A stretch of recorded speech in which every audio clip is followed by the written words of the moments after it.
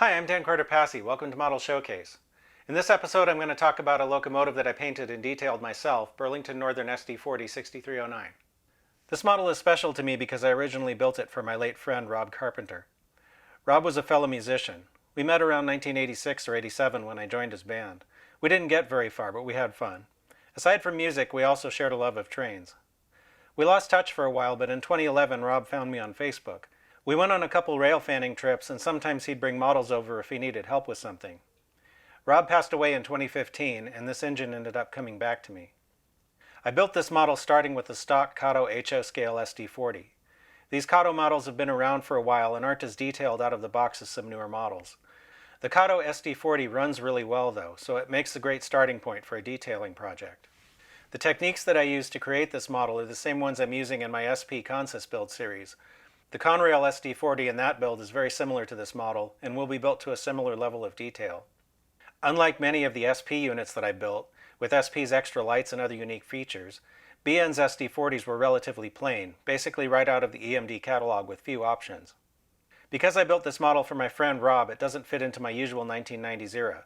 BN 6309 was still around in the 90s, but a few details had changed by then. Rob liked Burlington Northern and wanted the engine to be correct for the late 1970s or early 1980s. Since this was Rob's model, I also had to work with some budget constraints. I think I still managed to get most of the important details in there. BN 6309 was built in late 1971, part of an order for 25 SD40s. Compared to the large roster of SD40-2s BN eventually amassed, there were relatively few straight SD40s on the railroad. BN had a few other SD40s that came from the Colorado and Southern. At some point after the BNSF merger, 6309 was renumbered 6320.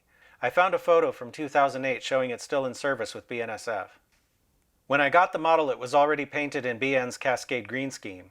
It was numbered as an XCNS unit. The original idea was to try to keep the factory paint. However, keeping the number would have required moving the headlight to the nose and a few other modifications. The factory paint also had some flaws, like the walkways and steps being green instead of black. I remember being puzzled by Kato's choice of road numbers for their BN SD40s. They could have made the model more accurate just by giving it a different number from the start. In order to keep surgery on the shell to a minimum, I decided to renumber the unit. Even so, with all the corrections I'd need to do, after a while I realized that I'd be better off repainting it. I used a hobby sandblaster to scour off most of the factory paint before starting the build. I chose to model BN 6309 because I found better reference photos for that unit than some other BN SD40s, including a roof shot from 1981. BN 6309 was a fairly stock unit, and detail-wise was already close to the Kato model. The engine is pretty much classic BN in the standard Cascade Green paint scheme. It has a high-mounted headlight, roof beacon, and class lights. This was long before the ditch light era, though I found a photo of 6309 from 1996, and it still didn't have ditch lights in that picture. I kept the weathering to a minimum to reflect a hard-working but well-maintained unit. I have no intention of updating this particular unit to fit my era because I want to keep it as it is, though 6309 didn't look that different in the early to mid-1990s. The main differences were the addition of American flag decals in the battery boxes, plated over class lights, and the lack of a beacon. Let's take a look at some of the specific details on this model. Since budget was an issue, I didn't use a Canon cab or short hood on this model. The cab and nose are the original Kato parts. This actually worked out okay since the Kato parts matched the prototype photos. The cab still has the original Kato cab interior. I did fill the oversized holes in the side of the cab where the original handrails attached, then re-drilled them for my new custom-made closer to scale handrails. I used microscale lightable numberboard decals applied over the Kato numberboard glazing. I applied clear gloss paint over the numbers to seal them and make them look a little more like numbers behind glass. Each numberboard is lit from behind with a 603 sized LED and a custom styrene mount. The headlight was redone with fiber optic strands that run to a 3mm warm white LED. I also used fiber optics to light the class lights. Unlike the stock Kato setup, which lights the numberboards and headlights from the same source, I can now control both independently. The beacon is a Details West casting that I modified so that I could put a 603 LED in it. I removed the molded on footboards, and I moved the couplers in so that they don't stick out as much as on the stock model. The plow is a Details West part. I used a Kato 156 long shank coupler in the front because of the plow, and a 158 in back.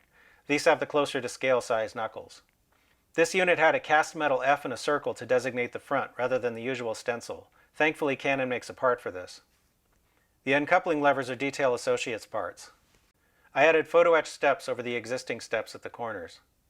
I used aftermarket sunshades, wind deflectors, and windshield wipers on the cab. The trucks already had brake lines. I added a speed recorder and cable to the fireman's side front truck. I got rid of the original oversized plastic handrails and replaced them with new ones made from brass wire. I mostly used precision scale brass stanchions. The stanchions are soldered to the handrails, which makes them fairly durable. On the rear of the unit, wire grab irons were used instead of the plastic ones that came with the model. The rear number boards were done the same way as the front ones and also operate independently from the rear headlight. The rear-mounted brake wheel is a Canon part that came with one of their short hood kits. For the top of the engine, I convinced Rob to splurge so that I could use Canon dynamic brake fans and radiator fans. I really like the depth these fans add to the model, much better than the solid plastic ones that were originally on the shell. The model is painted with scale coat paints. I used microscale decals for the markings. Since this is a 1970s era unit, I also used microscale ACI labels.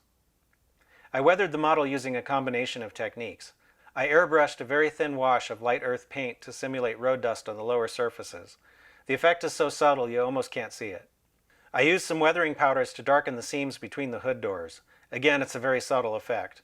I didn't want the model to look heavily weathered. The model has LED lighting throughout. The engine has a LokSound Select DCC sound decoder which has 6 lighting outputs. The front and rear headlights use 2 of those outputs. The beacon, class lights, and number boards use 3 more. The speaker is mounted inside the shell in the radiator area. It points down so that the sound comes out through the bottom of the engine. I built a custom enclosure that has more airspace behind it than a typical pre-made enclosure, which I think makes for better sound.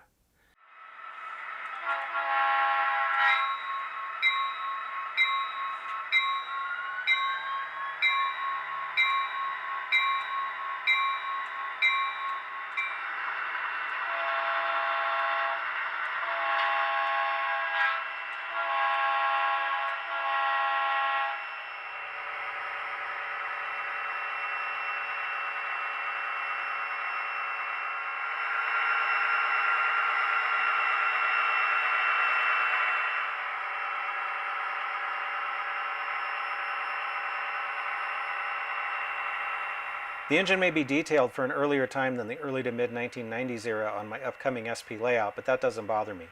I think it'll look right at home running as a pooled BN unit, and every time I see it, I'll think of my friend Rob. I hope you enjoyed taking a look at this engine. Thanks for watching.